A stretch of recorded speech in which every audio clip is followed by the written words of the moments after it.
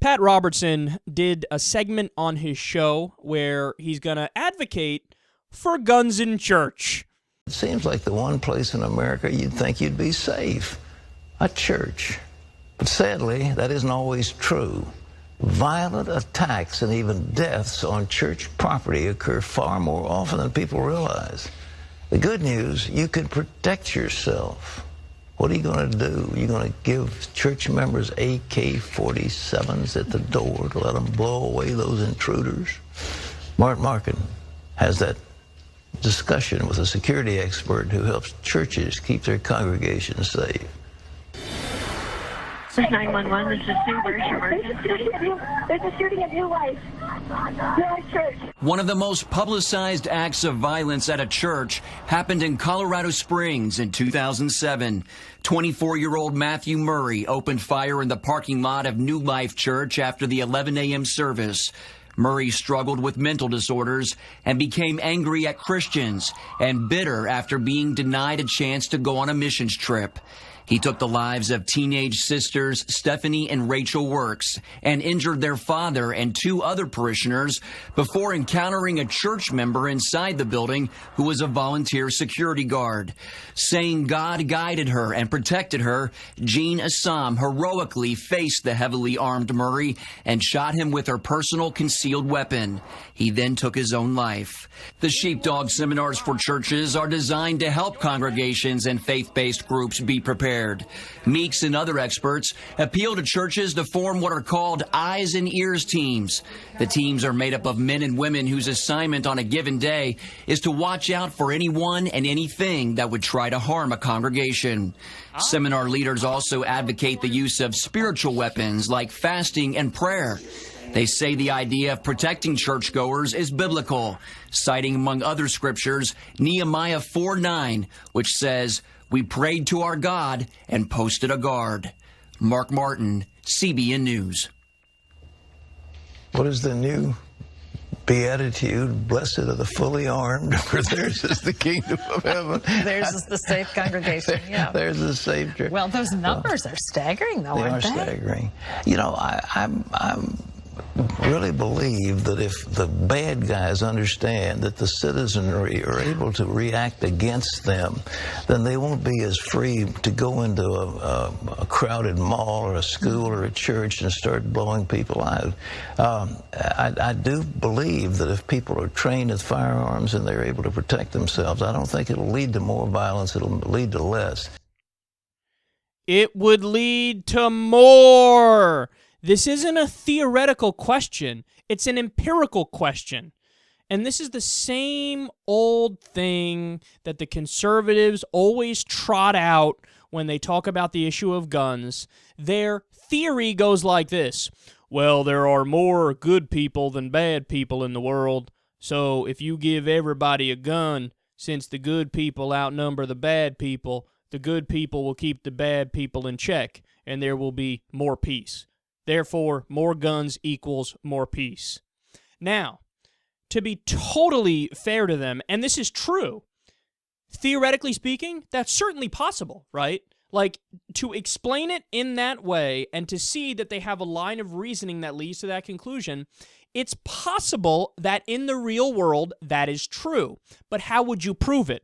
You prove it by doing an experiment, by testing, or by actually counting the number of guns in a given place, okay, and seeing what the violence rate is like, seeing how many shootings happen in a place with a lot of guns versus no guns versus a middle amount of guns. And what ends up happening? Well, Harvard researchers looked into it, and it turns out that theory is exactly wrong, because when there are more guns, it turns out there is more gun violence.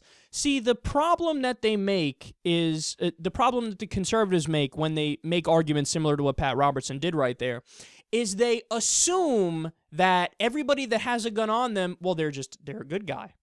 You know, it's the idea that life is a movie, and everybody who we want armed and who we're allowing to be armed, well, they're always going to be the good people, and they're going to stop this outside intruder who comes in. Now, maybe every once in a while there is a situation where it's an outside intruder who snaps and shoots and kills. Sure, it happens from time to time, but you're much more likely to be killed by somebody you know. You're much more likely to be killed in an argument with somebody you're acquainted with, okay? That's what the statistics show. That's what the reality is. So it's the same thing that's wrong with giving schools armed guards, is that it's much more likely that the guard himself might snap and shoot people. When you have more guns in the school, the likelihood of gun violence shoots up tremendously. They've done studies just on gun owners. Like, people buy guns for protection, right? And that's understandable. But when you have a gun in your house, you don't even realize it, but you just made the likelihood that you get shot or somebody else gets shot much, much higher.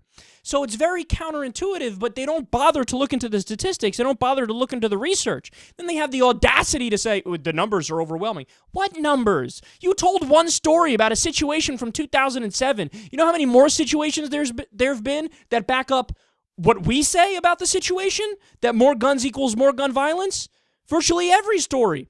Now, understand, am I arguing to ban guns? No, of course not. I don't believe in that. But should you be allowed to have guns in church? No! No! Should you be allowed to have guns in a bar? No! Should people on the terrorist watch list be allowed to legally get guns as they are today? Obviously not! And, we have all these problems and loopholes and weird situations with gun law in the United States because we're gun anarchists. As far as the modern industrial nations go, we have the most guns and the most gun violence. 32,000 gun deaths every year on average. That includes everything. Homicides, suicides, accidents, you name it, okay? And we have over 300 million guns in circulation. That's not an accident. There's no causation-correlation problem there. That's the reality. You have 300-plus million guns, you have 32,000 gun deaths.